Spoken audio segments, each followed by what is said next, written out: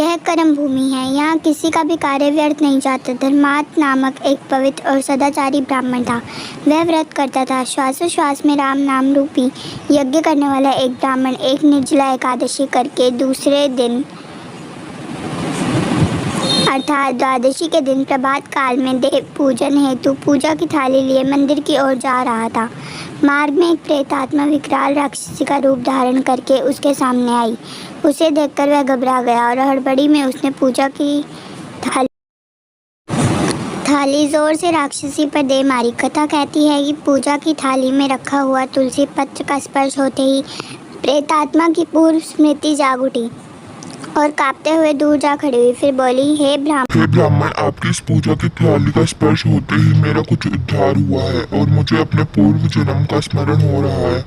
अब आप जैसे भगवत प्रेमी भक्त मुझ पर कृपा करे तो मेरा उद्धार हो। हे भूदेव, मैं पूर्व जन्म में कला नामक ब्राह्मण थी और जैसे मेरा नाम था वैसे ही मेरे कर्म थे। मैं अपने पति के साथ खूब कला करती थी। यह देखकर मेरे पति बहुत परेशान हो गए और अपने किसी मित्र के साथ उन्होंने विचार विमर्श किया कि मैं अपनी पत्नी से जो भी कहता हूँ वह उसको उल्टा ही करती है।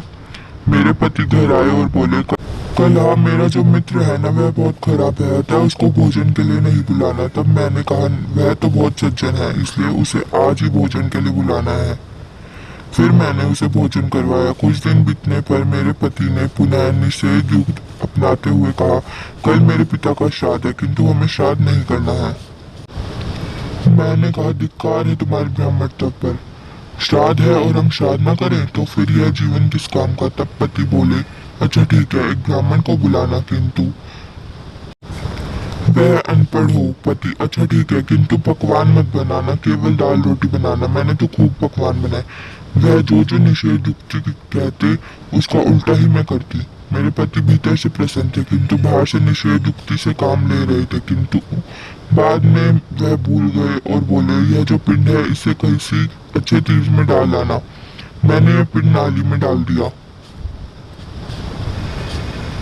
यह देखकर उन्हें दुख हुआ किंतु वह सावधान हुए और बोले, हे प्रिय, अब उस पिंड को नाली से निकालकर नदी में मत डालना, भले ही वह वहीं पड़ा रहे।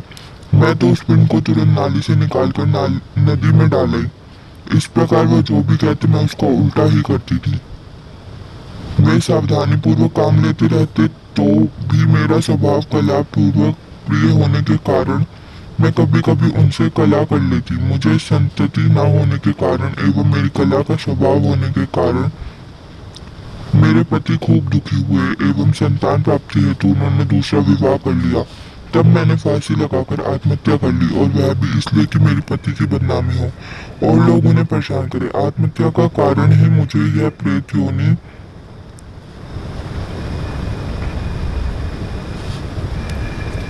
मिली है। मैं किसी के शरीर में प्रविष्ट हुई थी किंतु जब कृष्ण और वेद नदियों के संगम तट पर पहुंची तब भगवान शिव और विष्णु के दूतों ने मुझे उनका शरीर से दूर भगा दिया।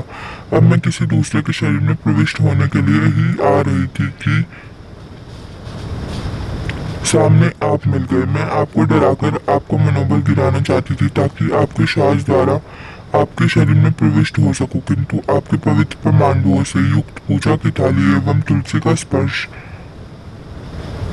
होने से मेरा कुछ उद्धार हुआ है, मेरा कुछ पाप नष्ट हुए हैं, किंतु अब मेरी सदगति नहीं हुई है।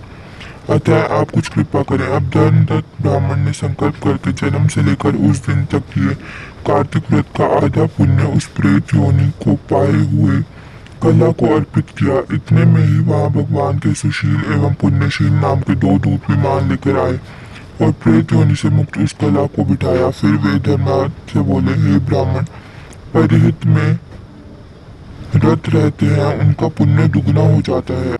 अपनी दोनों पत्नियों के साथ तुम लंबे समय तक सुख पूर्वक रहते हुए बाद में विष्णु लोक को प्राप्त करोगी। यह कला भी तुम्हें वहीं मिलेगी। वहां भी वर्षों तक रहकर फिर तुम लोग मनुष्य के रूप में अवतरित होकर तप करोगे और भगवान को पुत्र रूप में अपने घर आमंत्रित करोगे। वरदान के फलस्वरूप तुम राजा दशरथ के रूप में जन्म लोगे और वह आधा पुण्य की फल भगानी कला तुम्हारी केकई नामक रानी होगी।